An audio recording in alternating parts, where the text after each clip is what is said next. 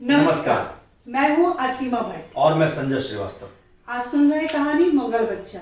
लेखिका है इसमत चुगताई। वो मरते मर गया मगर मुगलिया शहंशाहियत की इज्जत को बरकरार रखा।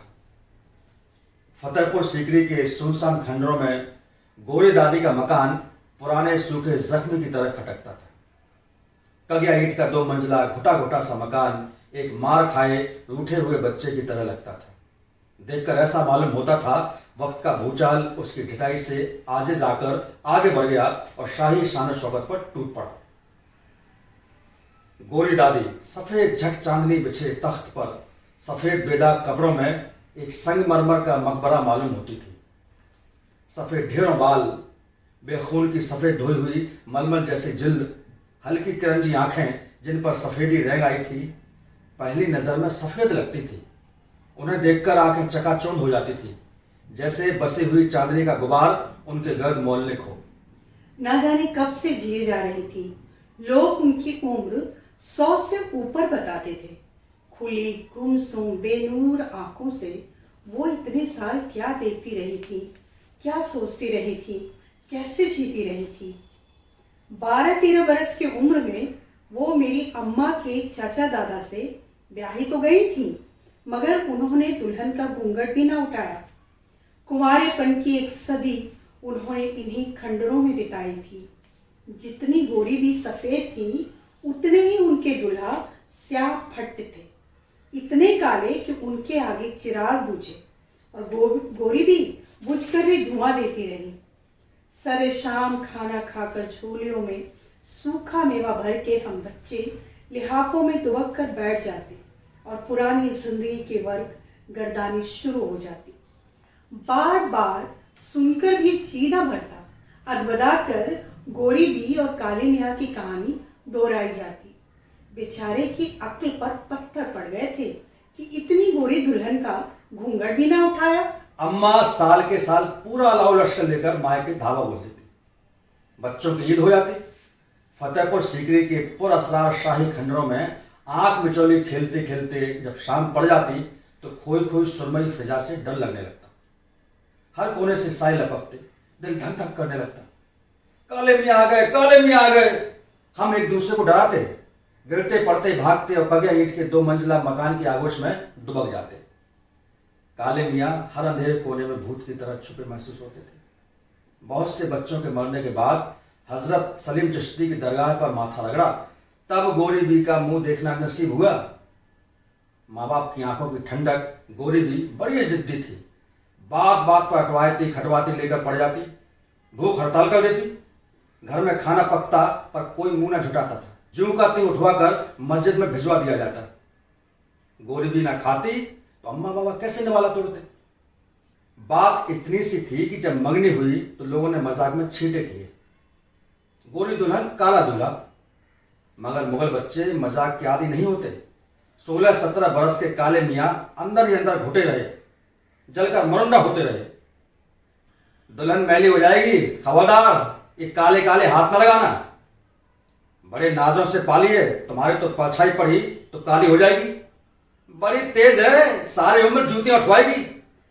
अंग्रेजों ने जब मुगल शाही का अंतिम संस्कार किया तो सबसे बुरी मुगल बच्चों पर बीती कि वही सादा ओहदे संभाले बैठे थे। जड़ जागिर छिन जाने के बाद लाख के घर देखते देखते खाक हो गए। बड़ी बड़ी दुकान हवेलियों में मुगल बच्चे भी पुराने सामान की तरह जा पड़े। भौचक्के से रह गए, जैसे किसी ने पैरों तले से तख्ता खींच लिया। तभी मुगल बच्चे अपने गरूर और खुदारी की तार तार चादर में सिमट कर अपने अंदर ही अंदर घुलते चले गए। मुगल बच्चे अपने महवर से कुछ खिसके हुए होते हैं। खरे मुगल की यही पहचान है कि उसके दिमाग के 2-4 पेज ढीले या जरूरत से ज्यादा तंग होते हैं। अर्श से फर्श की तरफ लुढ़के तो जहनी तवाज़ुन डगमगा गए। जिंदगी की कदरें गलत मलत हो गई। दिमाग से ज्यादा जज्बात से काम लेने लगे। अंग्रेज की चाकरी, लानत और मेहनत मजदूरी की कसर शान जो कुछ बचा उसे बेच बेच कर खाते रहे। हमारे अब्बा के चचा रुपया पैसे की जगह चची के जहेज के पलंग के पायों से चांदी का पत्थर उखेड़ कर खाते थे। जेवर और बर्तनों के बाद टिक्के जोड़े नोच नोच कर खाते। पानदान की कुल्हाइयाँ सिलबट्टे से कुचल कर टुकड़ा टुकड़ा बेची और खाई। घर के मर्द दिन भर पलंग की अदवाइन तोड़ते, शाम को पुरानी घनी अचकन पहनी और शतरंज पचीसी खेलने निकल गए। घर की बीवियां छुप छुप कर सिलाई कर लेती। 4 पैसों से चूल्हा जल जाता या मोहल्ले के बच्चों को कुरान पढ़ा देती थी तो कुछ नजराना मिल जाता। काले मियाँ ने दोस्तों की छेड़खानी को जी का घाव बना लिया। जैसे मौत की घड़ी नहीं टलती, वैसे ही माँ बाप की तय की हुई शादी न टली। काले मियाँ सर झुका के दूल्हा बन गए। किसी सरफरी ने एनआरसी मुसब के वक्त और छेड़ दिया, खबरदार जो दुल्हन को हाथ लगाया काली हो जाएगी। मुगल बच्चा चोट खाए नाक की तरह पलटा, सर से बहन का आंचल नोचा और बाहर चला गया। हंसी में खसी हो गई, एक मातम बर्पा हो गया। मर्दाना खाना में इस ट्रेजेडी की खबर हंसी मुड़ा दी गई। बाखुदा मैं इसका गुरु चकनाचूर कर दूंगा, किसी ऐसे वैसे से नहीं, मुगल बच्चे से वास्ता पड़ा है। काले मियाँ फुंकारे। काले मियाँ शहतीर की तरह पूरी मसरी पर दराज थे। दुल्हन एक कोने में गठरी बनी कांप रही थी। 12 बरस की बच्ची की क्या दशा। घूंघट उठाओ, काले मियाँ टकराए। दुल्हन और बुरी बुरी हो गई। हम कहते हैं घूंघट उठाओ, कोहनी के बल उठकर बोले। सहेलियों ने तो कहा था दूल्हा हाथ जोड़ेगा, पैर पड़ेगा, पर खबरदार जो घूंघट को हाथ लगाने दिया। दुल्हन जितनी ज्यादा मुदाफत करे उतनी ज्यादा पाकबाज। देखो जी, नवाबजादी होगी अपने घर की, हमारी तो पैर की जूती हो। घूंघट उठाओ, हम तुम्हारे बाप की नौकर नहीं। दुल्हन पर जैसे फालिज गिर गया। काले मियाँ चींटी की तरह लपक कर उठे, जूतियां उठाकर बगल में दाबी और खिड़की से पाई बाग में कूद गए। सुबह की गाड़ी से जोधपुर दंदन आ गए। घर सोता पड़ा था। एक अक्का भी जो दुल्हन के साथ आई थी जाग रही थी। कान दुल्हन की चीखों की तरफ लगे थे। जब दुल्हन के कमरे से चू भी ना आई तो उनके तो पैरों का दम निकलने लगा। है कैसी बेहया लड़की है। लड़की जितनी मासूम और कुंवारी होगी उतना ही ज्यादा धुंध मचाएगी। क्या कुछ काले मियाँ में खोट है। जी चाहा कुइया में कूद के किस्सा पाक करे। चुपके से कमरे में झांकी तो जी सन्न से हो गया। दुल्हन जैसी की तैसी धरी थी और दूल्हा गायब। बड़े गैर दिलचस्प किस्म के हंगामे हुए। तलवारें खींची। बड़ी मुश्किल से दुल्हन ने जो बीती थी कह सुनाई। इस पर तरह तरह की चीनी गोइयां होती रही। खानदान 2 पार्टियां बन गई, एक काले मियाँ की, दूसरी गोरी बी की तरफदार। वो आखिर खुदाए मजासी है, उसका हुक्म न मानना गुनाह है। एक पार्टी जमी हुई थी। कहीं किसी दुल्हन ने खुद घूंघट उठाया है, दूसरी पार्टी की दलील थी। काले मियाँ को जोधपुर से बुलवाकर दुल्हन का घूंघट उठवाने की सारी कोशिशें नाकाम गई। वो वहां घुड़सवारों में भर्ती हो गए और बीवी को नान नफका भेजते रहे, जो गोरी बी की अम्मा समधन के मुंह पर मार आती। गोरी बी कली से फूल बन गई। हर अठवाड़े हाथ पैर में मेहंदी रचाती रही और बंधे टिक्के दुपट्टे ओढ़ती रही और जीती रही। फिर खुदा का करना ऐसा हुआ कि बाबा की मरण घड़ी आ पहुंची। काले मियाँ को खबर गई तो न जाने किस मूड में थे कि भागे आए। बाबा मौत का हाथ झटक कर उठ बैठे। काले मियाँ को तलब किया। दुल्हन का घूंघट उठाने की बारीकियों पर विस्फोट हुई। काले मियाँ ने सर झुका दिया, मगर शर्त वही रही, यह हर्ष चाहे जो हो जाए, मगर घूंघट तो दुल्हन को अपने हाथों से उठाना पड़ेगा। कसम खा चुका हूं, मेरा सर कलम कर दीजिए, मगर कसम नहीं तोड़ सकता। मुगल बच्चों की तलवारें जनखिया चुकी थी। आपस में मुकदमाबाजियों ने सारा कलफ निकाल दिया था। बस अहमकाना जिद्दें रह गई थी। एक उन्हीं को कलेजे से लगाए बैठे थे। किसी ने काले मियाँ से ये ना पूछा, तुमने ऐसी अहमकाना कसम क्यों खाई कि अच्छी भली जिंदगी अजाब होगी। खैर साहब, गोरी भी फिर दुल्हन बनाई गई। कगिया ईंट वाला मकान फिर फूलों और शमाम तोलंबर की खुशबू से महक उठा। अम्मा ने समझाया, तुम इसकी मनकुआ हो बेटी जान, घूंघट उठाने में कोई अब नहीं, उसकी जिद पूरी कर दो, मगर बच्चा की आन रह जाएगी और तुम्हारी दुनिया भी संभल जाएगी, गोदी में फूल बरसेंगे, अल्लाह रसूल का हुक्म पूरा होगा। पूरी बीच सर झुकाए सुनती रही। कच्ची कली 7 साल में नौखेज क़यामत बन चुकी थी।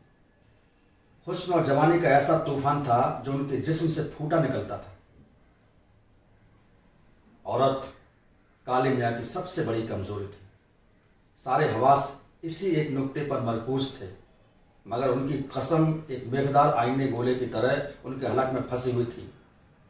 उन्होंने 20 घूंघट नोच डाले, रंडीबाजी की, लौंडेबाजी, बटेरबाजी, कबूतरबाजी, गरज कोई बाजी ना छोड़ी, मगर गोरी बी के घूंघट की चोट दिल में पंजे गाड़ी रही, जो 7 साल सहलाने के बाद जख्म बन चुकी थी।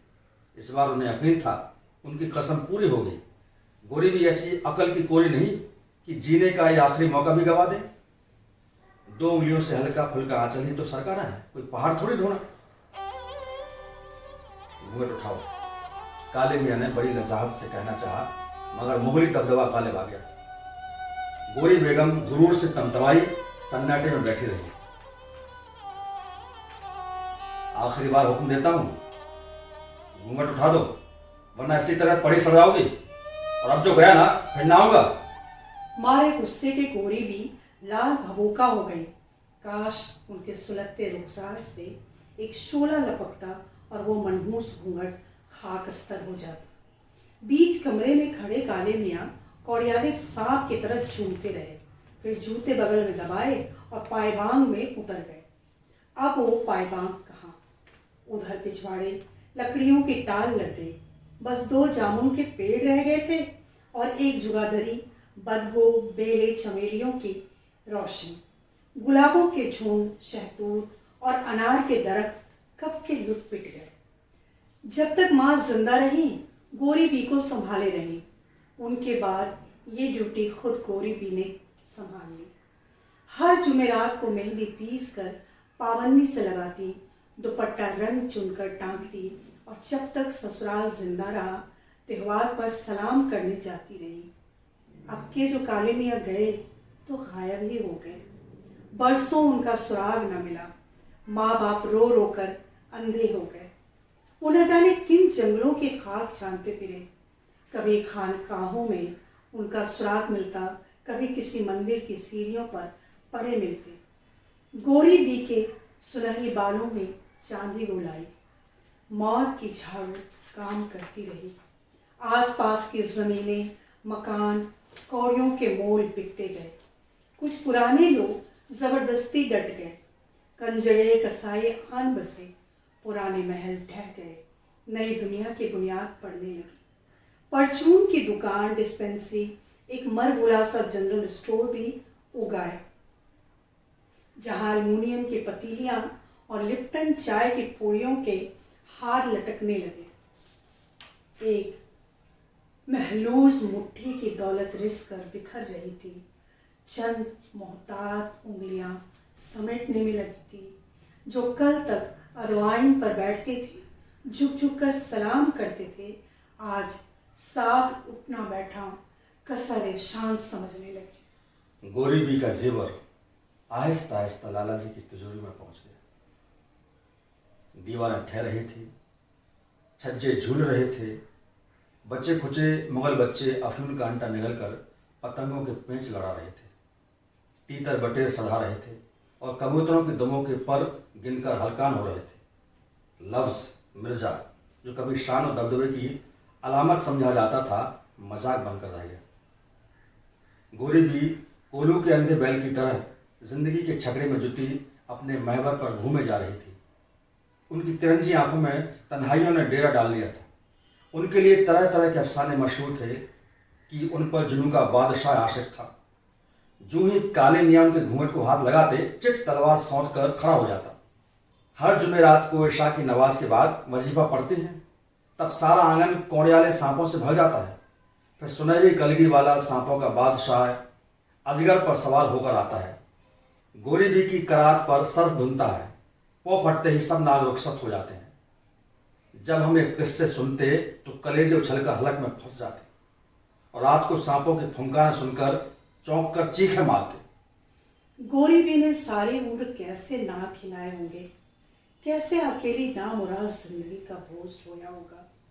उनके रसीले होठों को भी किसी ने नहीं चूमा। उन्होंने जिस्म की पुकार को क्या जवाब दिया होगा। काश की कहानी यही खत्म हो जाती, मगर किस्मत मुस्कुरा रही थी।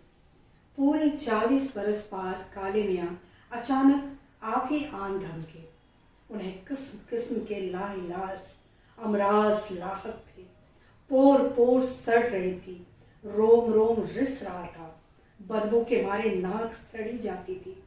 बस आंखों में हसरतें जाग रही थी, जिनके सहारे जान सीने में अटकी हुई थी। गोरी बी से कहो, मुश्किल आसान कर जाए। एक कम 60 की दुल्हन ने रूठे हुए दूल्हा मियाँ को मनाने की तैयारियां शुरू कर दी। मेहंदी घुलकर हाथ पैरों में रचाई, पानी समोकर पंडा पाक किया, सुहाग का चट्टा हुआ तेल सफेद लटों में बसाया, संदूक खोलकर बोर बोर टपकता झड़ता बरी का जोड़ा निकालकर पहना और इधर काले मियाँ दम तोड़ते रहे। जब गोरी भी शर्माती लजाती धीरे धीरे कदम उठाती उनके सिरहाने पहुंची तो झंगे पर चुके तकिए और गूढ़र बिस्तर पर पड़े हुए काले मियाँ की मुट्ठी भर हड्डियों में जिंदगी की लहर दौड़ गई। मौत के फरिश्ते से उलझते हुए काले मियाँ ने हुक्म दिया, गोरी भी घूंघट उठाओ। गोरी भी के हाथ उठे, मगर घूंघट तक पहुंचने से पहले गिर गए। काले मियाँ दम तोड़ चुके थे। वो बड़े सुकून से बैठ गई, सुहाग की चूड़ियां ठंडी की और रन्नापे का सफेद आंचल माथे पर खिंच गया। बहुत बहुत धन्यवाद। धन्यवाद।